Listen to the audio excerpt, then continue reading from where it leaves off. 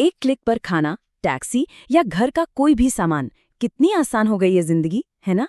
लेकिन क्या कभी हमने सोचा है कि इस कन्वीनियंस के पीछे जो लोग हैं, जो ये सब हम तक पहुंचाते हैं, उनके लिए ये दुनिया कैसी है? क्या ये उनके लिए एक सुनहरा मौका है या फिर एक ऐसा डिजिटल जाल जिससे निकलना मुश्किल है? आइए आज इसी की तह तक चलते हैं। तो इस पूरी बात को समझने के लिए हम इसे कुछ हिस्सों में देखेंगे। सबसे पहले आखिर ये गिग इकोनॉमी है क्या भला? फिर इसके पीछे का जो बिजनेस मॉडल है, जिसे प्लेटफॉर्म कैपिटलिज्म कहते हैं, उसे डिकोड करेंगे। इसके बाद हम वर्कर्स के नजरिए से देखेंगे कि ये एक डिजिटल ट्रैप क्यों और कैसे बन जाता है। और आखिर में सबसे जरूरी कि इसका समाधान क्या है, आगे का रास्ता क्या हो सकता है। तो चलिए सबसे पहले एक नंबर पर नजर डालते हैं। 2,35,00,000। जी हाँ, 2.35 करोड़। ये कोई छोटा मोटा आंकड़ा नहीं है। ये नीति आयोग का अनुमान है कि 2029-30 तक भारत में इतने लोग गिग वर्कर के तौर पर काम कर रहे होंगे। मतलब ये साफ है कि हम किसी मामूली बदलाव की नहीं, बल्कि हमारे देश के पूरे लेबर मार्केट में आ रहे एक जबरदस्त बदलाव की बात कर रहे हैं। तो सबसे पहला सवाल यही उठता है कि ये गिग इकोनॉमी आखिर है क्या? इसे समझना जरूरी है क्योंकि ये सिर्फ एक नया शब्द नहीं है, बल्कि काम करने के तरीके में एक बहुत बड़ा, एक फंडामेंटल शिफ्ट है। देखिए, अगर बिल्कुल आसान भाषा में समझें तो ये वो दुनिया है जहां परमानेंट 9 से 5 वाली नौकरियों की जगह छोटे छोटे काम यानी गिग्स होते हैं। मतलब आप एक कंपनी के परमानेंट एम्प्लॉई नहीं हैं, बल्कि एक प्रोजेक्ट या एक टास्क के लिए हायर किए जाते हैं। काम खत्म, पैसा मिला और फिर अगले गिग की तलाश। ये जो ट्रेडिशनल जॉब का कॉन्सेप्ट था ना, उससे ये बिल्कुल अलग है। अब सवाल ये कि अचानक से ये इतना बढ़ कैसे गया? सच तो ये है कि इसकी सबसे बड़ी वजह हम सब हैं, यानी कंज्यूमर।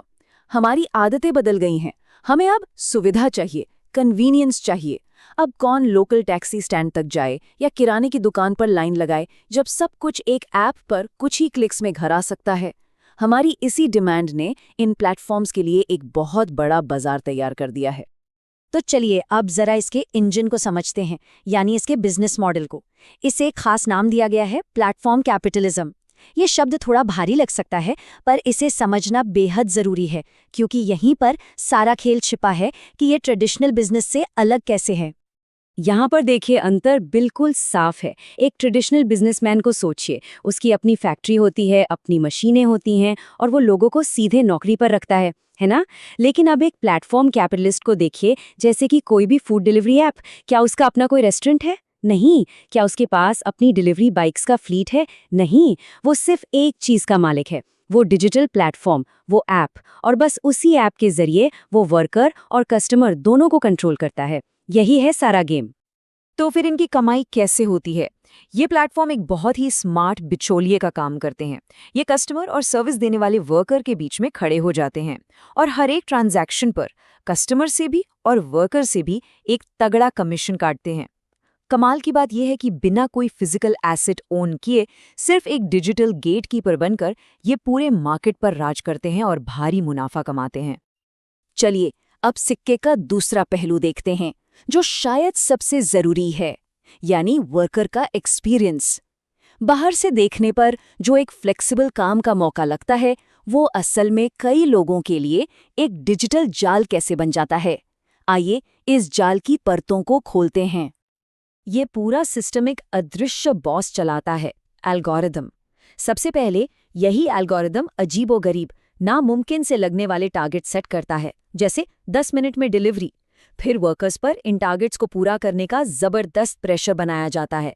अगर टारगेट मिस हुआ तो पेनल्टी लगती है और सबसे बड़ी सजा, उनकी आईडी ही ब्लॉक कर दी जाती है। सोचिए, एक झटके में काम करने का जरिया ही बंद। ये एक ऐसा चक्र है जिससे निकलना लगभग नामुमकिन हो जाता है। और यहाँ पर एक बहुत बड़ा कानूनी दांवपेच है। इन लोगों को एम्प्लॉय या कर्मचारी नहीं कहा जाता, इन्हें पार्टनर कहा जाता है, डिलीवरी पार्टनर। ये सिर्फ एक फैंसी नाम नहीं है, ये एक कानूनी ढाल है। जैसे ही आप किसी को पार्टनर कहते हैं, आप उसे minimum wage, social security, PF, health insurance, इन सब कानूनी जिम्मेदारियों से बाहर कर देते हैं। तो इसका असर क्या होता है वर्कर्स पर?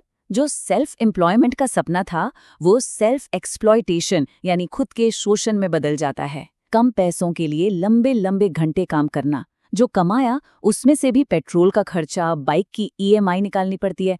ये सब वर्कर्स अकेले अकेले काम करते हैं, बिखरे हुए, तो मिलकर अपनी आवाज भी नहीं उठा पाते।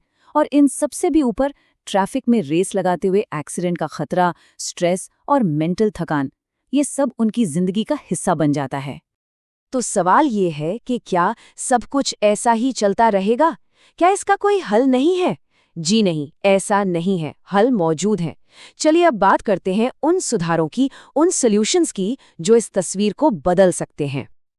देखिए, सबसे पहली और सबसे जरूरी चीज है एक मजबूत रेगुलेटरी फ्रेमवर्क। एक ऐसा कानून जो कंपनियों को एल्गोरिदम का गलत इस्तेमाल करने से रोके। दूसरा, हमारे पास सोशल सिक्योरिटी कोड 2020 है, उसे जमीन पर तेजी से उतारने की जरूरत है ताकि इन वर्कर्स को भी सोशल सेफ्टी नेट मिल सके। तीसरा, ये जो पर ऑर्डर पेमेंट का सिस्टम है, इससे आगे बढ़कर एक फेयर वेज सिस्टम की तरफ जाना होगा। और चौथा, जो राज्य अच्छा काम कर रहे हैं उनके मॉडल को पूरे देश में लागू करने के बारे में सोचना चाहिए।